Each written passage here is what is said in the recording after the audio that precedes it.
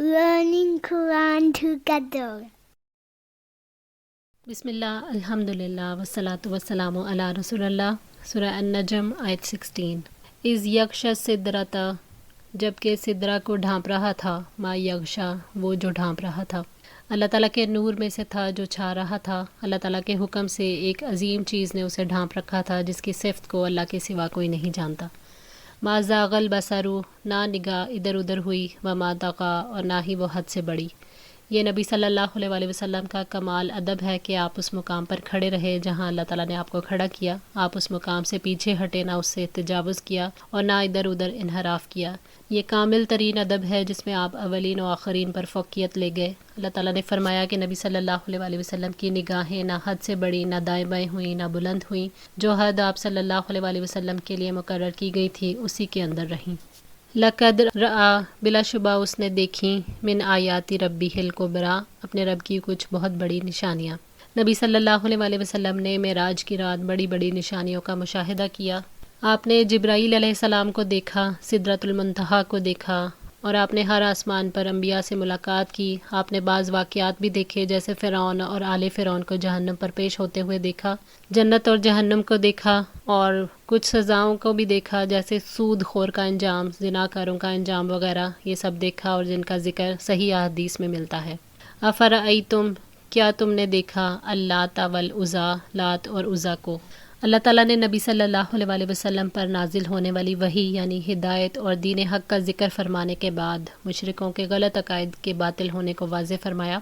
मुशरिकीन को उनके अकीदे के नाक़िस होने का एहसास दिलाने के लिए कहा जा रहा है कि अल्लाह ताला की तो ये शान है जिसने अपने पैगम्बर को आसमानों पर बुलाकर अपनी बड़ी बड़ी निशानियाँ दिखाईं। वही रब उन पर वही नाजिल करता है, और दूसरी तरफ जिनकी तुम इबादत करते हो, क्या उनके अंदर भी ऐसी खूबियाँ पाई जाती हैं। लात से मुराद अहले अरब का बुत है, जिसके बारे में कहा जाता है कि वो सत्तू घोलने वाला एक नेक आदमी था जो हाजियों को सत्तू घोल कर पिलाया करता था। जब वो मर गया तो लोगों ने उसकी कब्र को इबादतगाह बना लिया और फिर बाद में उसके मुजस्मे और बुत बना लिए गए। और उज़्ज़ा अल्लाह ताला के नाम अल अज़ीज़ से माखूज़ है, जिसके मानी है अज़ीज़ा। गुतफ़ान में एक दरख्त था जिसकी इबादत की जाती थी। कुछ लोगों के ख़याल में ये सफ़ेद पत्थर था और कुछ के ख़याल में ये भूतनी थी जो दरख्तों में ज़ाहिर होती थी। व मनात सालिसात अल उखरा, और एक तीसरी मनात को। मनात भी एक बुत था जो कदीद के पास मक्का और मदीना के दरमियान मुत्तसिल था। जाहिलियत में औस और खजरज उसको एहतराम की निगाह से देखते थे और यहीं से बैतुल्लाह के हज के लिए एहराम बांधा करते थे। ये उनका मीकात था। अलकुमुज़्ज़करु, क्या तुम्हारे लिए लड़के हों, वलहुल उन्सा, और उसके लिए लड़कियाँ। यानी तुम अपने लिए तो बेटे पसंद करते हो और जिसकी पैदाइश पर तुम्हारे औसान ख़ता हो जाते हैं वो बेटियां तुम अल्लाह के नाम मंसूब करते हो। तिल का इज़न किस्मतुन, ये तब एक तकसीम है जीज़ा नाइंसाफ़ी की। यानी अगर तुम आपस में भी ऐसी तकसीम करो तो ये ज़ालिमाना तकसीम है, और इससे बढ़कर क्या जुल्म हो सकता है कि खालिक के मुकाबले में मखलूक को अफजल समझते हो। अल्लाह ताला पाक है और बुलंद है उन बातों से जो लोग करते हैं। इन हिया इल्ला अस्माउन, नहीं वो मगर कुछ नाम हैं, सम्मय्तुमूहा अंतुम व आबाउकुम, नाम रखे उनके तुमने और तुम्हारे बाप दादा ने, मा अंज़लल्लाहु, नहीं नाजिल की अल्लाह ने, बिहा मिन सुल्तान, उसकी कोई दलील। ये तो चंद नाम हैं, लात मनात और उज़्ज़ा, जिनकी कोई हकीकत नहीं। तुमने और तुम्हारे बाप दादा ने अपनी तरफ से नाम घड़े हैं, वरना वो देवियाँ माबूद नहीं हैं। तुम्हारे मज़हब के और तुम्हारे माबूदों के सही होने की कोई दलील भी तुम्हारे पास नहीं है, और हर वो बात जिस पर कोई दलील अल्लाह ताला की तरफ से ना हो वो बातिल होती है, उसे दीन नहीं बनाया जा सकता। अय्यत्तबिऊना, नहीं वो पीछे चलते, इल्ला ज़न्ना, मगर वहमो गुमान के, वमा तहवल अनफुसु, और उसकी जो ख्वाहिश करते हैं नफ्स। यानी मुशरिक महज वहम और गुमान, ख़याल और जहालत और झूठ की बुनियाद पर बुतों की बंदगी करते हैं। उनकी दलील उनकी ख्वाहिश नफ्स है। वलक़द जाअहुम मिन रब्बिहिमुल हुदा, हालांकि बिलाशुबा यकीनन उनके रब की जनाब से उनके पास हिदायत आ चुकी है। यानी मोहम्मद सल्लल्लाहु अलैहि वसल्लम ने तुम्हें सीधा रास्ता बता दिया है, और वो ये कि अल्लाह ताला सबसे बड़ा है, वो एक है, और उसने तुम्हें अपनी इबादत के लिए पैदा किया है। वो हिदायत जो मोहम्मद सल्लल्लाहु अलैहि वसल्लम तुम्हें देते हैं वो तुम्हारे रब की जानिब से है। अमलिल इंसानी, या इंसान के लिए, मा तमन्ना, जिसकी वो ख्वाहिश करता है। अल्लाह ताला ने इस बात को रद्द किया है जो समझता है कि उसकी आरज़ुएँ पूरी करने वाला है। इससे मुराद है कि अगर ان کی خواہش ہے کہ دنیا میں معبود انہیں فائدہ پہنچائیں تو بھلا یہ کیسے ممکن ہے؟ اس سے مراد یہ بھی ہے کہ اگر ان کی تمنا ہے کہ آخرت میں ان کی شفاعت کی جائے تو ایسا ممکن نہیں کہ ان کی چاہت پر ان کی شفاعت ہو جائے۔ فَلِلَّهِ الْآخِرَةُ تو اللہ تعالیٰ ہی کے لیے ہے آخرت، وَالْأُولَى اور پہلی۔ دنیا اور آخرت کا مالک اللہ تعالیٰ ہی ہے، وہ جسے چاہتا ہے عطا کرتا ہے اور جسے چاہتا ہے محروم کر دیتا ہے۔ اللہ تعالیٰ کا حکم ان کی آرزوؤں اور خواہشات کے تابع نہیں ہے۔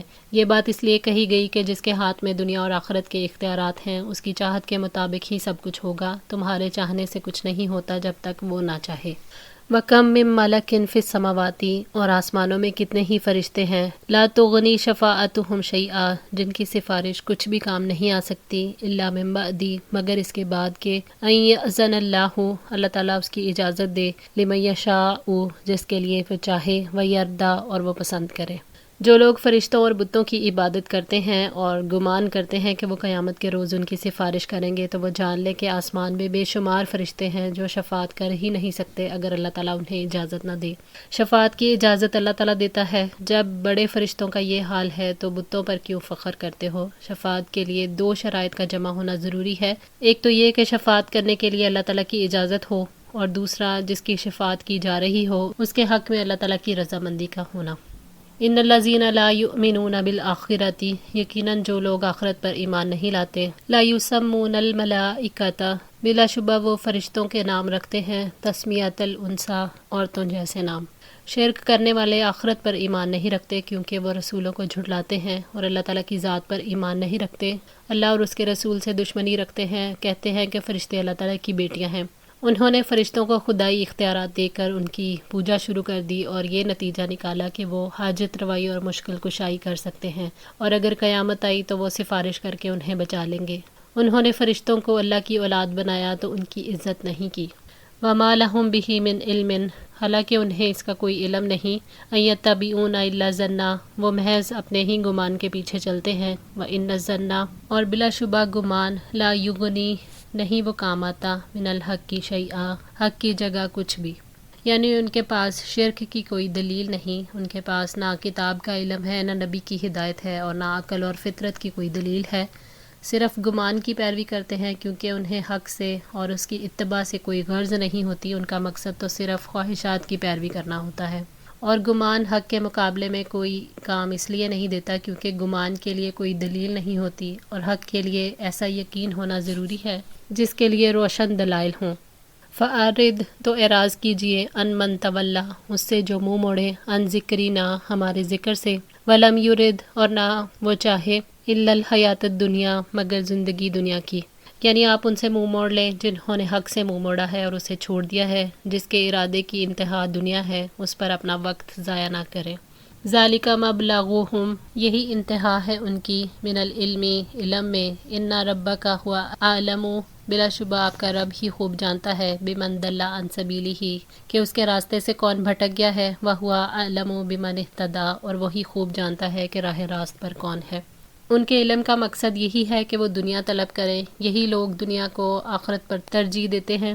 اگر وہ یہ سمجھیں کہ وہ صحیح راستے پر ہیں تو یہ فیصلہ کرنا ان کا اختیار نہیں، اللہ تعالیٰ ہی اپنی مخلوق کو بہتر طور پر جانتا ہے کہ ہدایت یافتہ کون ہے اور گمراہ کون۔